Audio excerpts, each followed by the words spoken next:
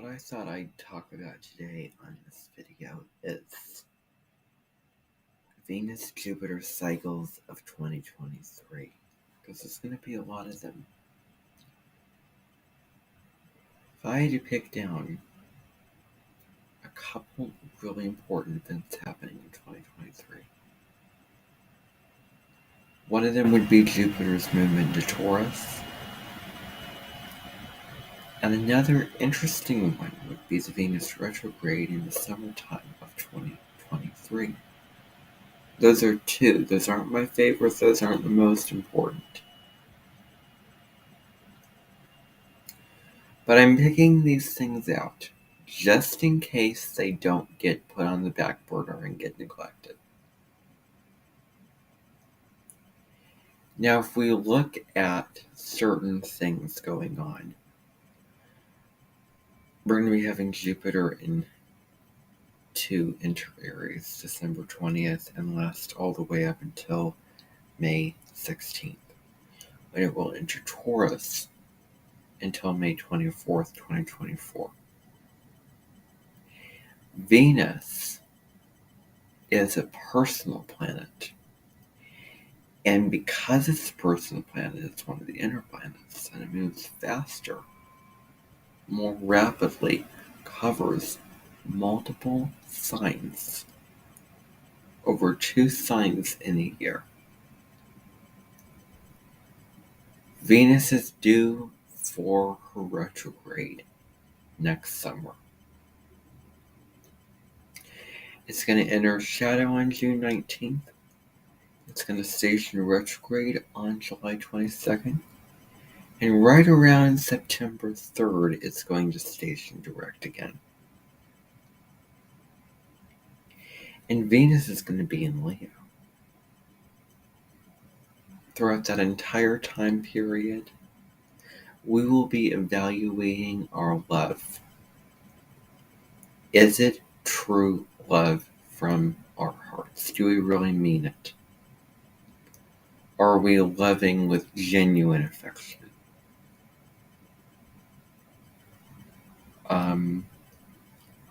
And having fun in relationships. Now, Jupiter in Taurus deals with the growth of the economy, the growth of agriculture or food, understanding our values better, deepening our connection to the earth. When we enjoy the moment and go slow and steady, we get lucky. That's Jupiter in Taurus. The other interesting thing with that is that in 2022, in 2023, we have Jupiter conjunct the North Node. This occurs a couple times within the year. This relates to positive, forward, upward movement in terms of our destiny and the direction that we need to be heading. And there's so many opportunities, there's so many good fortune, good luck, and rewards that comes from the expansion of Jupiter and Taurus. In 2024, we have Jupiter conjunct Uranus. And this is all about freedom, really looking at freedom and truth. Those are two very important terms. Freedom can be found in the truth by acknowledging how things are and moving out of anything that ties you down.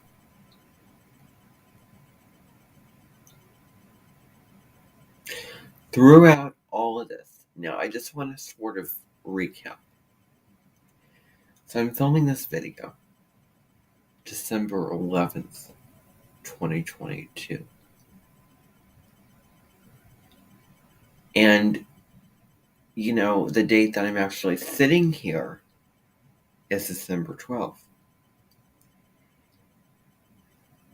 Last year, Venus would have been in shadow in Capricorn. It's now in Capricorn. It deals with a quality life, quality relationship. The best and most stable and long-lasting relationship can be found when Venus in Capricorn makes her move. But she would station on December 19th and go retrograde. If anyone wants to go out and buy any jewels or anything fancy, pick flowers out of a garden, those flowers would then transform into monstrous vines that would attack and consume whoever picks a flower. Because Venus retrograde is not the time to go buy expensive material things and on her stationing time.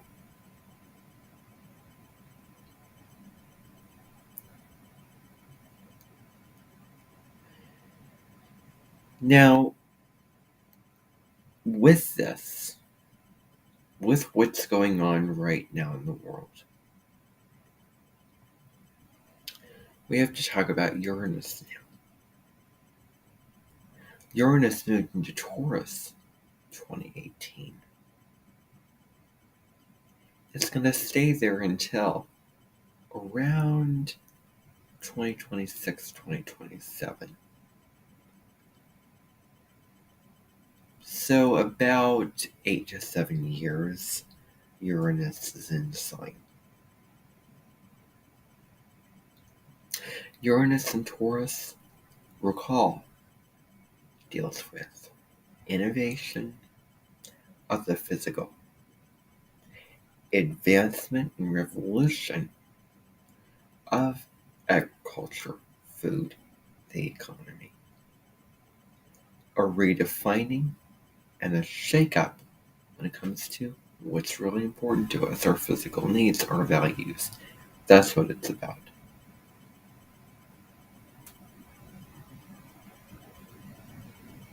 Now, in the summertime of 2022, throughout the year we've been having Venus-Uranus aspects. We started with a Venus-Uranus trine. Then after the trine we got the square, the sextile, the non-aspect, the conjunction with Venus and Uranus in Taurus, and I have a little short video about that.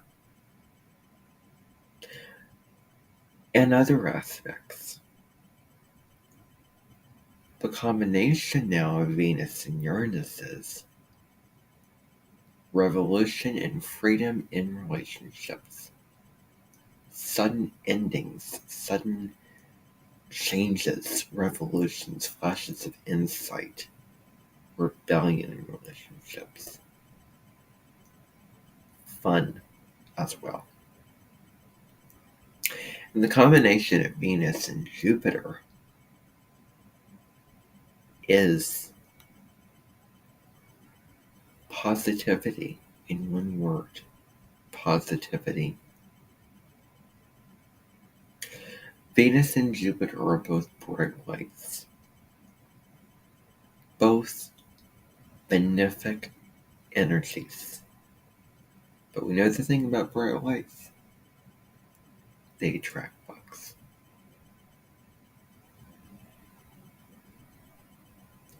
How does all this information tie into the main issue that I'm going to be speaking about today?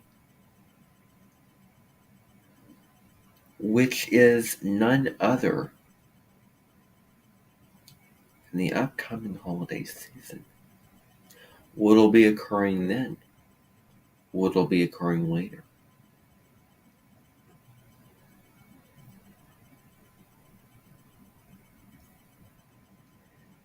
When you have Uranus and Jupiter,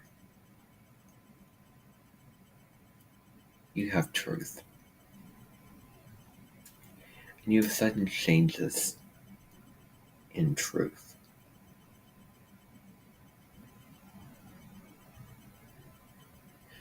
Do they both come together and take people's legs off them to replace them and regenerate them and to upgrade them in a spiritual way. Wait a minute, that's unethical, that's immoral, that's wrong. You can't do that. And I found the true wisdom from the king. There's no king. Nobody is above anyone else. But that's not true enlightenment. But I've gone through that dream is true enlightenment. Now the other piece of this is that, well,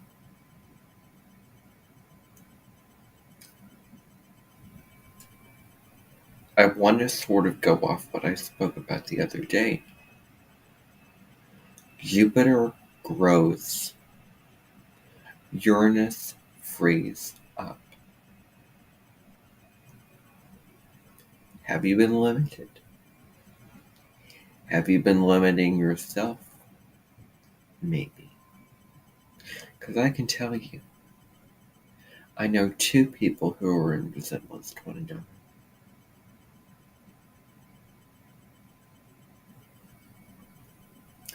Both of them speak in a very similar way. Sophisticated, well-spoken, considerate, yet powerful, yet snaky. But one lives a bigger life than the other. Where one chooses to teach in a low-grade school, which is a community college, it doesn't offer too many things. Who, this person convinces himself, oh, I'm so grateful to be working here. This is so special. I come here every day and it's just fun for me. And preaching all these profound statements and saying all these things. Well, what's true underneath that? Is it true that if you really are feeling the feelings that you do, are you small-minded? Are you small-spirited? I'm pretty sure that that's a yes. Now to take this other person, he is doing some things. Putting himself out there on a YouTube channel, acting in films. So many things. Much bigger, much, I don't want to say better, but stronger. Living up to his full potential, playing a sheet of music better, conducting the London Philharmonic. Well, the other one, who happens to be a music teacher, is doing the opposite. Well, not the opposite, but you would think it'd be the other way around. It's not, because this is metaphorically speaking. The other person who teaches in the community college is conducting a band that is playing from a small amount of instruments that are not very quality, and additionally conducting a band who is playing with spoons and certain sheet materials. You only have this many lives, so make the most of it. One of them is moving towards inheritance, moving towards assets, moving towards shared experience, transformation, letting go, taking risks, stepping into the unknown, and living a big life, and will live an even bigger life. And the other is probably either headed toward, I don't know, fame, being the center of attention, being, stepping into your own power and shining your light. Or maybe it would be most well worth him and nodal wise if he was moving towards being closer to home, closer to family, being more emotionally available for those in his close circle, and not necessarily have to climb up the ladder all the time, and understanding the importance of coming home and slowing down and tapping into your emotions and taking care of others. If that is his North Node, guess what? Enough said. But if this person, James Thompson, who has his North Node in Leo,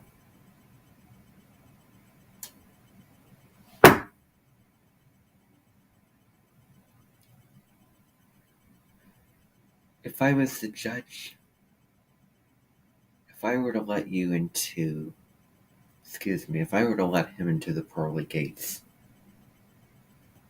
to go through heaven, there'd still be some work to do. And I would say, oh, no, you're falling down because you did not do all of what you could do.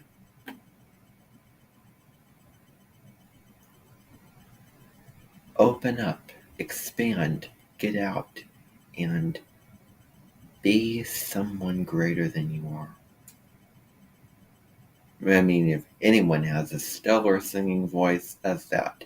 Guess what? Put yourself out there. Make a name for yourself. Put yourself on Spotify and all those places. Great albums. Make them available. There's another resemblance of somebody who is on SNL. That's a great way to put yourself out there on that kind of a thing. Wonderful. So there are these certain resemblances, and some of them are living small lives, others are living bigger lives.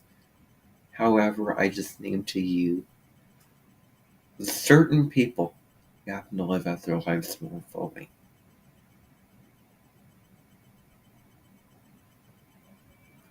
Another thing that this person can expand upon is his thesaurus and dictionary. And if you're going to stand in front of an audience and say, I'm very grateful, very grateful, very grateful. I'd like to hear somebody from the Thanksgiving small select gathering that I had speak in a similar way. Well, not that, will say the similar things. Maybe when someone is actually, I don't know, never mind, it's not going to make sense. I have heard none of the word grateful being mentioned when I was at Thanksgiving. And isn't that what it's about? Oh, well, you can have it any day, but then again, there's historical backgrounds and references and the spiritual tie-in. Both of those two things put together, that's Thanksgiving.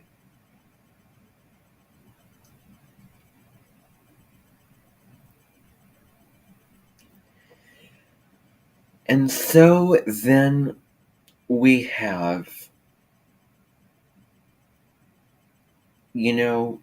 some people can teach from their South Node, and others can teach others through them moving up to their North Node. For example, when you move from your South Node to your North Node, you remove yourself from stereotype you have been typecasted as.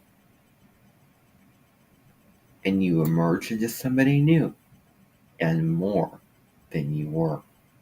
And then you become what your soul signed up for you to become.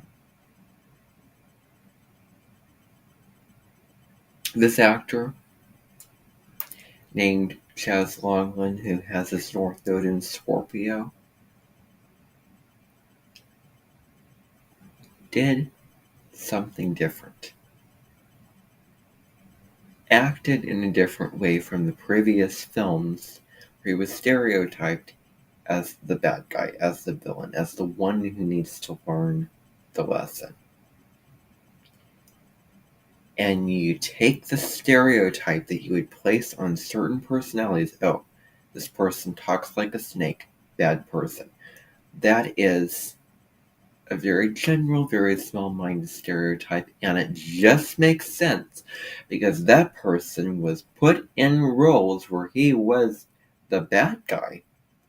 But then in the film where he was the good guy, the lesson for somebody else in the film was, guess what? Don't read, don't judge a book by its cover. Just because of the money, just because of the personality, just because of all the attributes that you may see as bad and wrong, does not mean that that person is bad, not right for your daughter,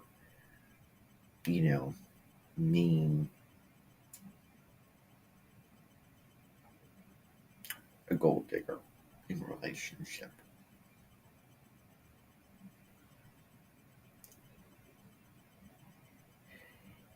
And that was made well in the film. So many people know who this person is. And then this other person has all of the traits. Oh, except it's different things. Lives out a different life, does different things that are smaller than what this other person does. And that's an honest, that's what I honestly have to say. So Jupiter in Taurus is about making something big, but making something real. And not rushing the process of it. Who says that has to be a rush? Who says it has to be a sprint? It's actually a marathon.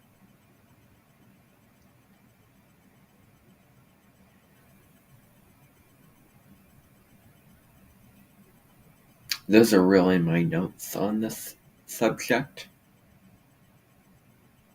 Going through the 12 different signs with Jupiter. I want to focus on Jupiter before anything else.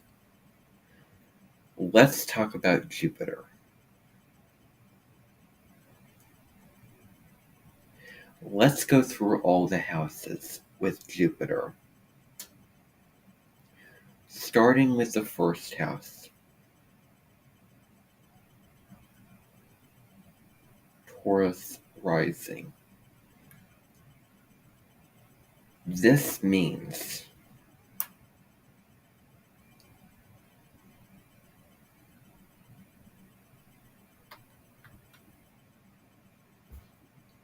just what it means. I mean, I'm not going to copy anybody. I mean, you can do your own research. I didn't want to copy any one source of what I hear. So, no, I'm not going to do that. But what I am going to do is tell you. Just give you an overview. Jupiter in Taurus in the first deals with growth and maintaining your physical body, appearance, yourself, who you want to be. The second house deals with expansion of money and values. The third house, Jupiter in Taurus, new things to learn, new people to talk to, more intellectual stimulation and drive going on. Jupiter and Taurus in the fourth house, really putting your focus on your home, your family, and what nourishes you. Jupiter and Taurus in the fifth house, close to home. It's being close to home and having fun at home. Celebrating what's in store for you, having fun. Getting together with children. Now take me back to 2013. I'd not be telling you the same thing. Jupiter and Taurus in the sixth. New growth and luck coming with work of service and health. Jupiter and Taurus in the 7th house. Wonderful time to meet new people and initiate new relationships. Jupiter and Taurus in the 8th house.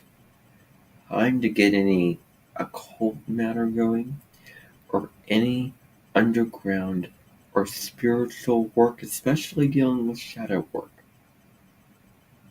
and understanding the value of inheritance, things of that nature. Jupiter and Taurus in the 9th. Now it's time to travel, learn, grow, put new attention on your philosophy and outlook on life. Jupiter and Taurus in the 10th. New opportunities when it comes to your status and career. Jupiter and Taurus in the 11th. What do you dream? What do you aspire to do? What is your social networks, your friends, your groups? Wonderful time to grow all those areas of your life. And then we finally have Jupiter and Taurus in the 12th. This is an understanding of what it means to enjoy your life without having to have all the external attention. To just walk into the forest and find peace and beauty there and cleanse your soul, and to find value in being alone and taking care of yourself alone, enjoying your life alone and having solitude and escaping from time to time and understanding the importance of the ethereal and not logical, and coming to terms with higher vibration, higher power, stuff of that nature. Now, I just want to wrap up by saying Maravota Canvilica Nota. I'm going to finish with a little tune off of the piano. It's going to describe just a basic transit overview of Jupiter in Taurus.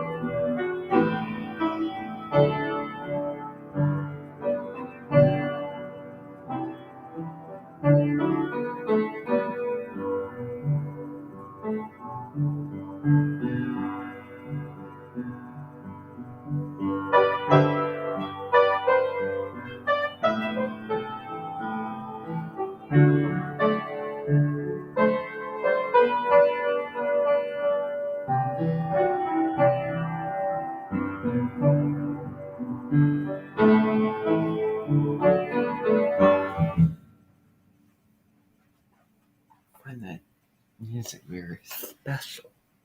And I'm sure that would be for so many people as well.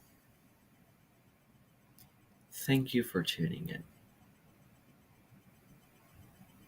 Bye for now.